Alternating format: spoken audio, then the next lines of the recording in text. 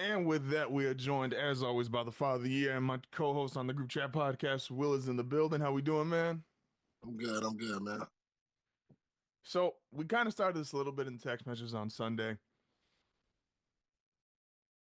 I'm not saying it's Caleb's fault. Obviously, there's things that are going on that are beyond his control. Obviously, starting at the coaching level and kind of working its way down. But if you're not going to assign, we've already fired the coach. We've already knocked out the coaching is the issue. At what point, I guess, But you is can't. You saying. Even saying like you already fired the coach, it ain't like we upgraded that coach. And I that's valid? it ain't like, oh man, we got a new coach that's supposed to be this great offensive mind in there, and it's still the same shit as like, you know, you got a nigga that was like, he's been interim twice in one season. He He stepped keeps in as the moving up, offensive yeah. coordinator. Then he said, then he was the only option left to be the head coach. No, So that's it's like, valid. That's valid. go ahead, Joe. I guess I just Mike. So, and maybe this is you. You let me know. Maybe this is just salty because I know. I'll again root for a team with rookie quarterback, and I know what Twitter's reaction was when my rookie quarterback was down 23-0 before they started moving the ball. And so I guess I'm Mm-hmm. just curious of like at some point, or I guess as a fan, does Caleb look like it's getting to him? Like, does it ever look like, all right, this shit, like this, obviously this season you kind of got to throw it away, but he's obviously going to be there for many years to come. Does it feel like the lack of success this season is starting to fuck with him during games? So does he still look the same to you as he did week one or early on? Um, I'll say you can see like frustration on him a little bit more for sure. The excuse me. Um, is there anybody you bring back from this staff, or you just totally like you just clean house? Like even or is there anything Anthony Brown can do in these last four games to be like, all right, yeah, Bro, you bring him back? no, Clean house? yep. Nah, I feel And it's that. not even an indictment against him. Like I think he kind of was throwing the short end of the stick. Just to even be put in this position to get upgraded to OC at the time that he did, and then all of a sudden to be upgraded again to head coach like a few weeks later. No, Um, that's a lot. but I think, if I'm being honest, I didn't want him to do good as the head coach. Like I didn't want to see us win games because like it's kind of like that's you kind of giving the franchise the easy way out. Like if he have a little bit of success at the end of the season, now they don't even put in real effort to go get a real head coach or nothing like that. They're just like, You get that we interim seen role. what happened with Antonio Pierce and all of that stuff, and not like as far as like the Raiders are the Raiders, but not saying that he's not a good coach, but it's like you get in, you have a little success, and then all of a sudden they everybody act like you the guy when it's like it's still other candidates who are more Qualified more. qualified than you to do the job. So it's like, you say you catch lightning in the bottle for the last however many games, and the Bears look somewhat decent, and they say, "Oh man, we got our head coach already." I brought up at the beginning And of the I show. think we need to I think we do need to overhaul the entire staff. I brought up at the beginning of the show, and now part of this is because I think he got a raw situation, a foul situation a few years ago, and there was head coach opportunities. Um, but I believe there's some validity to Eric Bieniemy. I know Tony shot me down earlier, but if you look at it, yes, we all know Mahomes is Mahomes, and you're probably not. You're just never going to get that level of talent he had originally with Kansas City. We had Mahomes, Kelsey in his prime, Tyreek Hill. But if you also look at Kansas City's offense, the last 2 years post him being there has been the worst its offense has ever looked. And Mm-hmm. that was his last season there. Mahomes won NFL MVP, and that was post Tyreek Hill. Would you give But it's like as interesting as that is, they won back to back Super Bowls. Of course, one of them was with him, and then the next one was without him. So it's not like correct? It's that part, and that part that it's could be like valid. saying that like that they haven't looked as good without him, but still the best in the league is like No, you're dealing with unrealistic standards. Like what Kansas City's done looking not so great is like I'm a hater, but like historically, it's been those things. You're like, man, even in like the years where they were down or years where they should have lost, like take the devil magic part aside, it's like it is impressive as hell that they can be this version of themselves, which is a bad version for them, but still coming out on top when Super Bowl is over. Mm-hmm. I wanted to ask about that. So I thought this was funny. So we started talking about top 20 players all time on Sunday when we were talking then. And we got to a point where uh we got into a discussion of we got top 10, which we were all pretty much solidified on top 10, and then we got 11 through 20. For anyone that hasn't heard the episode, I made the case out of the guys, and I'm gonna just give this is all you. This is just your opinion, 100%. I made the case out of the guys who are 11 through 20. I kicked Jerry West out because to me, and I even put here on the notes, it's like Jerry West right hand only because my man couldn't do a crossover, man couldn't play with his left hand. So if you were to go back, and I don't know if you have the list up in front of you, or I can read off the names again. If you personally were to take someone out for like the next guy who you would think enters that conversation, whether that's we had Jokic already there. I know we started talking about like Jason Tatum, Kawhi, Russ, Harden. So between But are these guys that's in the 11 through 20, or these guys that we got outside the 20? these are guys who are right outside the 20. All right, so give me 11 through 20 again. So we got KD, KG, Jokic made it, Wade, Chuck, Bill Russell, Wilt, Jerry West, Moses Malone, and Giannis. Like if let's say Luka wins, because Luka's I think is for most people that next he's one of those guys who if he gets an MVP, a title, he's gonna start putting himself in that conversation. All right, let's stick with Tatum because that was what our conversation started with. Let's say Tatum gets another title or two and he gets an MVP in these next 2 years. Who is Tatum kicking out of that 11 through 20 spot? I mean, I think at that point it would be between a Jerry West and a Chuck.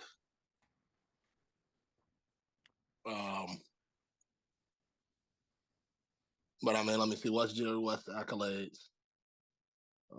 14 time NBA All-Star, 12 All-NBAs, 5 All-Defensive Teams, and an NBA champion. Also 7 finals and the losses. logo. He's the logo. He also got 7 finals losses. I mean, that's we nitpicked that when we talking about like the greatest ever. Like not the 11. Like I think when you get into the 11 through 20 range, like getting that 13 times that might go in your favor. No, that's valid. When the only dude like whooping you was Bill Russell and the Celtics, and those teams for their time are stacked. Like it's crazy if you look at like what the Celtics had versus what the rest of the league had. That shit was going crazy. Wait, how many? Well, no, you said he went to the finals how many times? I always he got 7 losses. It's like 7 or 8 losses. He went like 8 or 9 times and he only won 1. Yeah. I'm thinking about something different, but yeah, I mean, but shit, if you went 8 or 9 times out of 14 years. Yeah. I mean, hey man, because I mean, we also when we were doing this list, we did say like respective to the times and stuff like that. Also, correct. So, like, no, I'm just a hater. That's. So, I mean, if we, I mean, shit, accolades included, it's almost like, yeah. I mean, it'll be shit.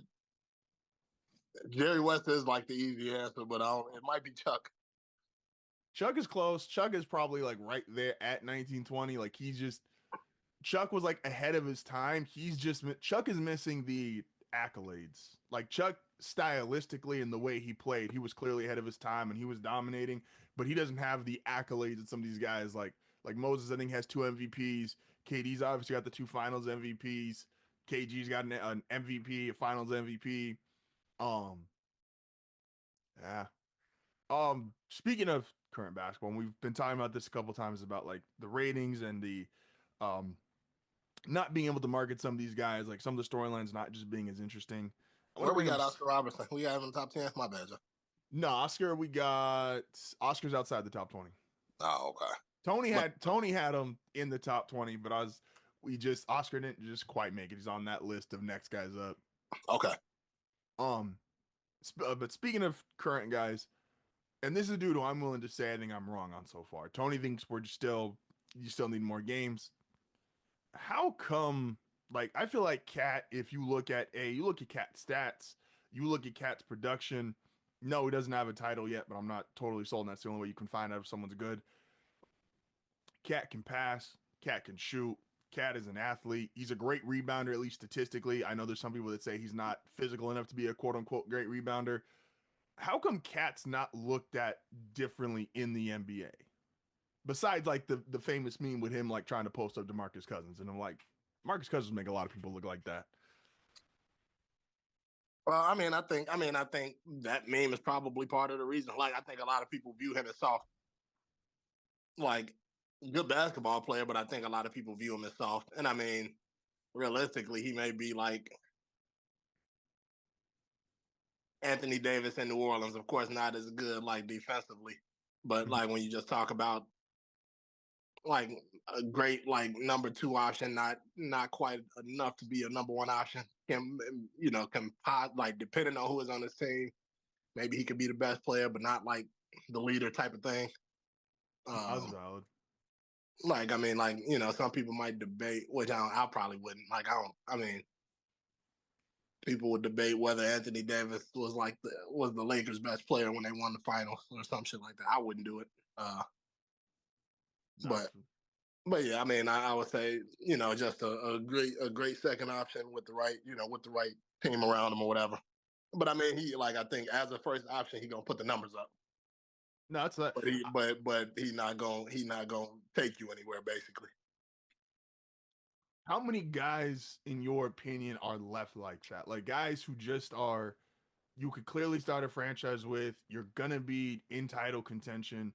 Because I think right now the problem is where the NBA's at is obviously like the legacy guys are off the board. They're just too old, most likely to at this point of their career. But it feels like Luka's one of the best players in the league, but people still aren't quite convinced he can get you a title. Giannis is one of the best players in the league, and it's like, well, we got one, but then there's a bunch of playoff disappointment. Jokic got one, and now it looks like the Nuggets are regressing. Who left in the league feels like A1 player, best player on your team, could lead you to a title?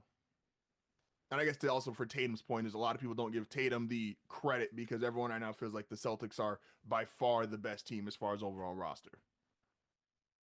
Yeah, no, I don't care about that. Though. I mean, like,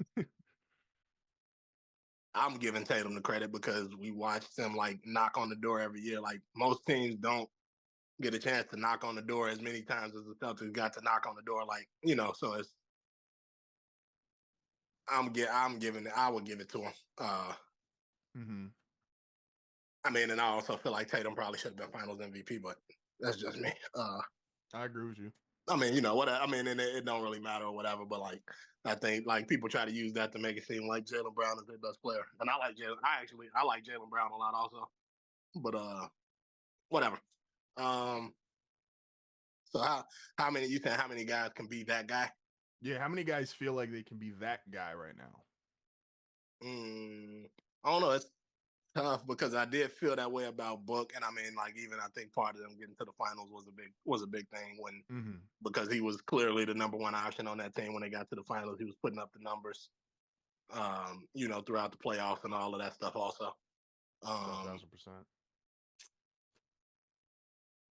I'm just trying to think about every team's best player. Like even like of course like the Bulls, they don't have shit like that. I mean, a bunch of young players, but even when you talk about like your team, like as far as the Pelicans go, like I don't think they have anybody over there that can be not even close. Like even a healthy Zion don't like after what we've seen from him as far as he could put up the numbers, but it's like he don't him being your best player ain't a title. Yeah, no, it just again, there's like guys who are clearly like even you and I who've been probably more critical of Luka than most people.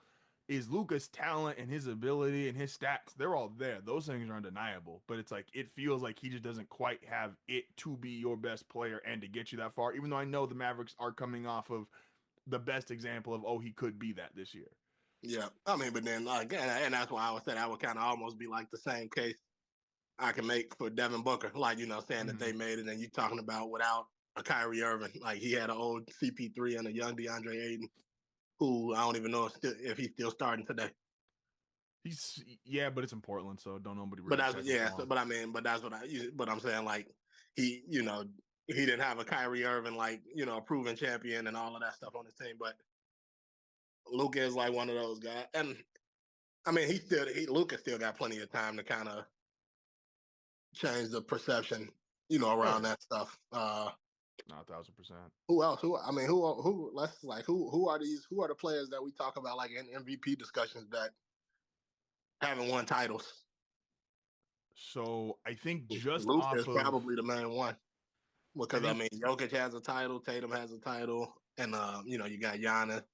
I mean Embiid, but I think Embiid is kind of I think I Embiid has I worked think with himself his out of.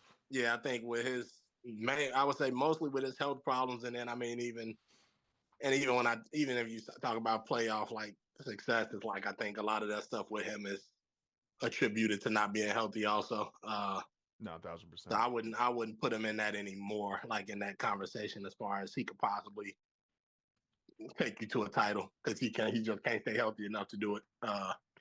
So I wouldn't put him. The Thunder have the best seed in the West right now. They got the best record. SGA. No, I don't feel. Yeah, see, I don't feel that way about him. I'm so close with Ant. Ant feels like Ant feel like he got everything like necessary. Like Ant feel like I just got to see it like a fully like real like I was hoping for them to go to I would have much rather had them than Dallas in the finals last year, but it's hard for me to say even though I feel like he should be that guy because you just lost to Luka who I adamantly think isn't that guy. I'm like I need to see the playoff run where like you do put it together even if you don't win the finals but like you either get to the finals or like game 7 Western Conference Finals type stuff. But even then, like you talking about, was this Ant's first playoff run or second? Second, I think. Yeah, I think Minnesota's made back-to-back years. Yeah. So Yeah, this I was think their so. first deep run, which was it was second round, Yeah. and they went 6 games to Dallas. Mm-hmm. Yeah. Yeah, no, I like Ant. Well,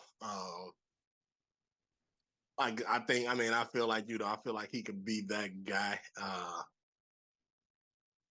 It'll just depend on and it's so interesting, like when you talk about like